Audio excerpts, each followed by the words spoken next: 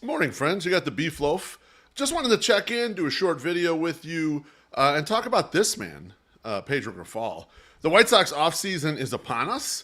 It's started. The White Sox have started making moves. They traded Aaron Bummer. But most of the refrains that I'm seeing out there in social media are either kind of the tired Jerry Reinsdorf memes, which I'm in total agreement with, but I think we've kind of gone through the cycle where I'm not as excited or laughing about them. Then there's the Jason Benetti sympathy tour where he's moving off and people are upset at the White Sox about the negotiations there and the fact that he chose a different path. But the final one, and one that hasn't had much resolution, at least in the circles that I travel in, is the discussion about Pedro Grifol. Why is Pedro Grifol still here? I see a lot of refrain of, how can you be a serious organization? How can you be an organization that claims they're turning the page on past failures and keep a failure from the past? And I thought I was the perfect person maybe to break this down. So I posted a blog from the108.com. It's up there right now. You can go check it out. But this is going to be the video form of that blog. Way back in November 2022, I wrote a blog about how skeptical I was of the Pedro Grifol opening press conference. I remember local media and quasi-media, the people who want to be media, and a lot of fans really throwing bouquets at Grifol at the time for having won the press conference. I don't know what that means. Being a long-suffering Bears fan, I've seen a lot of head coaches, a lot of head honchos come in here, win the press conference, and lay eggs absolutely everywhere. And as I watched the press conference, and I did it in detail a couple of times, to me it just felt like more of a victory lap for people that have been backing Rick Hahn, Teflon Hahn, for a long time, and felt like, okay, well, here's our retribution here. We were right about this guy. He's smart. He finally got to hire his manager that he loves, and this is going to just work out great. So I think it was a lot of people backing up their own egos and not really digging into what Grifol was. And Grifol was someone who had almost no personality right out of the gate in the onset. I mean, I made this joke meme, Love Fleetwood Mac, can't name a single song, but that was a lot of the early Grifol. It was very robotic. It was very rote. It almost felt like, they brought him in for a mock interview. They had him do the press conference before then, and then they just regurgitated that out into the streets. It was very, uninspiring to me as someone who was paying good attention and was hopeful. So I've been skeptical of Grifol since the word go. And Mr. Hand, thank you for the super chat. He says, congrats on 5 years. Appreciate you. I only have coffee this morning. I hope that's okay to have a little drink there. All right, so year one of Pedro Grifol, he failed into three major tenets the way I see managing. We could argue about the absolute value of a manager. That's not for this forum here, but let's just review what happened in 2023 with Pedro Grifol as the manager. Number one, he failed tactically. And he was the guy who came in here right out of the gate and told you, I'm going to exploit every edge. And that was the one thing I took from the press conference that I liked hearing. I thought, oh, okay, great. Pedro's going to come in here. He's going to push the boundaries on it. And he did absolutely none of that from what I could tell. I mean, whether it's, constantly emptying his bench so that he had weak hitters coming up in key spots, leverage spots in the 8th and 9th inning. I mean, that was happening on the regular kind of early in the season. And I don't know if there's desperateness, just not understanding the player personnel or whatever. Constantly batting his newfound slugger, Jake Berger, 8th, which was mind-numbing. And a lot of us were screaming about that, and even the media asking about it, and him being non-dismissive. He continued batting Tim Anderson leadoff, even after Anderson showed that the on-base skills were kind of not there. He just was cooked for the year. Just the injuries and everything had caught up to Anderson. There was no reason to continue doing that for a tactical reason. He pushed Reynaldo Lopez into high-leverage situations nonstop. Treasy wrote about it. I put it in the blog. It's just like the amount of high-leverage situations he was putting in Raylo in was unsustainable. No one was facing that much high leverage, and he was shoving that spot. We brought up as a joke a lot of times the Lance Lynn thing. He would pitch Lance Lynn between 95 and 105 pitches no matter what the fuck happened. It had nothing to do with game situation or anything. So, from a tactical standpoint, Pedro Grifol showed himself immediately as being extremely weak and not understanding the personnel. The culture and the clubhouse thing, I mean, I'll even get beyond, Keenan Middleton, who I think is kind of a snitch, and the big asshat Lance Lynn. Who cares what the hell they're saying? You just know that things were not kind of going right in that clubhouse. And the fact that he had the clip about how we're going to get ready to whip your ass, and then by the middle of the season, everyone was mocking him on this clip because there wasn't a less prepared team that I can remember in Sox history than that Pedro Grifol team of the 2023. Now, I get it. no matter what he did, he wasn't going to take that personnel and make them a good defensive team. You kind of have, garbage in, garbage out to some respect there. But there's also a level of, which people out in public is he actually calling out? Is he actually pushing? Early in the year, he pushed Luis Robert, and that seemed to work. The rest of the year, the only things you were really getting out of him was laying into Oscar Colas. And I think that was deserved. But as you watch kind of the rest of the body of it, it's like a lot of guys could deserve a little kick in the pants or a little, hey, they're kind of not getting it done. Let's push this a little more. It was surprising how bad the culture clubhouse seemed to be. Just so much weird stuff coming out of there. And so little results. I mean, at the end of the year, when you're watching games, like there were a few guys still kicking it in the ass, but like it didn't seem like he had, he didn't seem like he had the players with him. He was able to push their enthusiasm even after they claimed they had gotten rid of the problems out of the clubhouse. So from a clubhouse and culture standpoint, absolutely brutal. And finally was public relations. Now, one thing you hire your manager for, we could talk about absolute values, tactical values, what the value is to the motivation of the players. But one thing is they're the conduit to the fan. They're the one who has to connect directly with you and I and has to put on a good face for the organization. We just watched the Cubs have done this twice in 9 years. They've hired guys that are elite at this skill. They had Joe Madden and now they brought in Craig Counsell. A good manager or whatever, they're also very good at this part about understanding how to talk to the media, how to talk to the fans, how to communicate in a way that the fans will be responsive and understanding of the team. Pedro Grifol is horrendous at doing this. He just never connected with anything.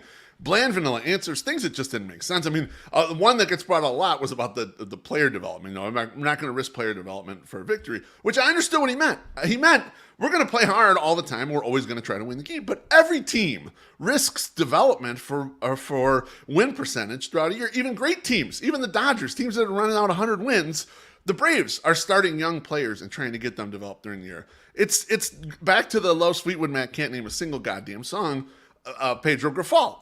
That's kind of what it is. So the guy just could not understand the public relations part, could not connect with the fans, and he gave a lot of dismissive answers. Now, if it's level of frustration, you're a first-year guy doing it, but the Jake Berger thing batting eighth was the one that I remember most because I wrote about it was when they were up in Seattle, and there were easy ways out of it instead of just saying like F you, my way or the highway. You don't have the cachet to do that yet. You're not the kind of manager who can do that. The manager we had before him, as frustrated as a lot of the fan base got with Tony La Russa, he does have the cachet. He got the skins on the wall. He could tell you F off occasionally. I know more baseball than any of you will ever know. And that's a reasonable answer. You might not love it. But this guy trying to do it was completely insane. And so those are the three tenets that he failed. He failed the public relations part. He failed the culture clubhouse part. He failed the tactical part. So we get to the question. Why is Pedro Grifol still here? How does it make sense? Is there any ways that this actually makes sense?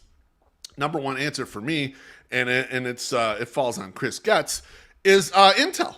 Right out of the gate, you have a situation that's completely failing. Things are falling apart. People are diving for life vests. People have been fired. You're trying to turn over the whole operational model here. I can understand Chris Getz saying, look, I'm going to keep this guy on here, if nothing else, just to find out exactly what happened. And granted, the information you're going to get from Pedro Grifol is going to be slanted towards Pedro Grifol. But Getz will know that. Everyone observing, Josh Barfield's getting the information. Whoever else is getting the information. They'll know that. They'll know that he's looking out for himself. That's fine. They'll be able to read between the lines. At least they'll be able to gather something on this tire fire and help themselves out and push out into forward and kind of improve things. Where were the behavioral problems? Were guys banged up? Who were the guys hiding injuries? They need to be able to understand these topics here and dive into them and understand, okay, well, now what fits these personnel? What kind of coaching staff would work best with these guys? Kind of where are we failing them? And they'll understand that from conversations with Pedro. That's why the whole, we laughed and mocked Chris Getz with the I need to meet with Pedro, but it was totally right. Getz has to get in there and understand what the fuck's going on. You may think Getz is a total moron, but Getz's approach so far has been pretty straight down the fairway and reasonable. Will we get any results out of him? I have no clue, but it still seems like a kind of a reasonable approach. So I think one reason to keep Pedro Grifol here is intel. Find out information from him. Reason number two, and this is the most popular reason out there in these Twitter streets, is the Jerry Reinsdorf family trust, just to save money, all right? You don't want to go on paying manager 3, at this point. I don't know if Tony La Russa's contract still is existing, but it was being paid while Pedro Grifol was hired. So you're paying a couple managers at the same time. And now you're going to fire him, do another search, and look for another manager. And so there is a level of cost savings. There's a lot played up in the media about how much Jerry likes Pedro. I don't know how much that's true. I know Pedro's kind of a kiss ass. That's the thing we've learned from all this stuff. But I'm not sure that they have a great relationship. But another, conflict here with Getz is turning over a lot of positions. We've already watched him add brand new positions, right? Josh Barfield position's new because they didn't get rid of Jeremy Haber. He's still there. So they have the 2 assistant GMs now, right? The Bannister position is brand new, right? There's the coaching staff position. I'm pretty sure the Grady Sizemore position on the coaching staff is brand spanking new. They're adding stuff, right? So if you're going to ask for a lot of things right out of the gate, anyone who works with a boss knows that you don't want to ask for too much. You ask for too much, you're going to get that faucet cut off. And so Getz may be playing this in a smart way, like, look, I can get the intel, I'll leave this guy here, and we'll see what happens. But, right now, could he be potentially harmful? And again, back to absolute value of managers, maybe. But in the grand scheme of things, he's small potatoes compared to all the shit that they need to fix. And so getting out ahead of some of this stuff and not worrying about him so much is probably a good approach from Getz. We'll see how effective it is. I don't know. We're not going to find out for years how effective this ends up being. But to me, some of it is save Jerry money, but also is like save Jerry's 87 years old, and you keep pushing him on new things you want to add and different decisions. Maybe you want to save that for a little bit. Maybe you don't want to exhaust him with a lot of decisions to make. You give him a few that okay, we know we have to fix these. In our conversations, we talk. These are ones that are going to not only make this team better, but help us save money in the future.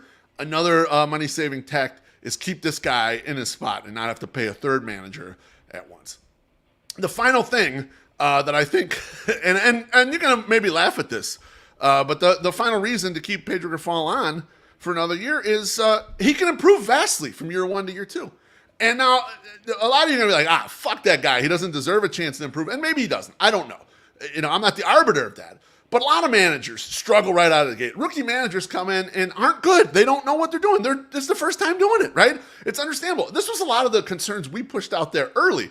Like, yes, you as a fan base are mad that you don't like Tony La Russa and you want to get rid of him. But understand, when you get rid of him and you add a rookie managers make rookie mistakes. And you don't have to look very far as you being a skeptic saying, could he actually improve? A lot of you were pining for A.J. Hinch as the manager before La Russa. If you look at A.J. Hinch's record when he was at the Diamondbacks, he was horrible. His first time as a manager, he was awful. And then he went to Houston, and whatever. Maybe that was player personnel. Maybe he learned and got better. Maybe it was just a better fit. I don't know. But managers get better. Joe Torre's first stint as a manager was horrendous. And then now he's the Hall of Fame manager, okay? That happens, right? Sometimes these young managers, I'm not saying Pedro will become good. I'm not even saying he'll improve enough where we're like, oh yeah, we should keep this guy. But I think there is at least a little bit of the calculus thinking, well, the guy could improve. We're going to keep him for these reasons, and we'll let it fly for a year. And if he doesn't get better, then we can, we got some axes to grind right here. Last thing with regards to this, and it ties in, but it's more of a Getzian point than it is for Pedro specifically. I need to meet with Pedro because it's more of a Getzian point. But the point is this: I've seen a lot of it bandied about, making fun of the White Sox not using the term rebuild and using the term competing. And over drinks, I've told Treasy and my Sox Summer this, and I don't know if anyone else would thinks along this line. But to me, the way it looks is the last time the White Sox talked about rebuilding a lot, it was almost a pass for everyone. No one got graded on anything. It was fucking romper room. And guess what? That did not work. I wonder how much of Getz avoiding rebuild, avoiding rebuild and saying competing is more like you're competing for your job. You will be graded harshly on whatever the fuck you do, even during the year where we don't have good talent. We want to make sure that you're doing your job properly. No one gets a goddamn pass because people were getting a pass from 2017 through 2019. Goddamn pass. Rebuild. Oh, well, they're losing on purpose. They're losing on purpose. You can't worry about it. Don't worry about it. They're losing on purpose. You can't have that shit anymore. And if that is the approach, and to me that's what it looks like from Chris Getz, he wants to be critical of all this. He wants to say, I could fire you. Yeah, we only won 62 games. But you know what? You didn't do a good job in your position. I'm moving you out. I'm adding someone else, and we're going to try to constantly get better. And I think that is the approach. it's fine to make fun of in public, but I think understanding it, like looking back at the history, we've been sitting here watching this history, the fact that other people aren't making this connection is surprising to me. I don't know if it's just general frustration or not, but it feels like that's what the gear is. The gear is, hey, if you don't do your job now, even in a bad season, you're out of here. And I just had NWI Steve on the show the other day, and he brought up a great point in one of his blogs. If Michael Kopech don't get his act together this year, he can be non-tendered next year. That's right. The White Sox will let him walk for nothing.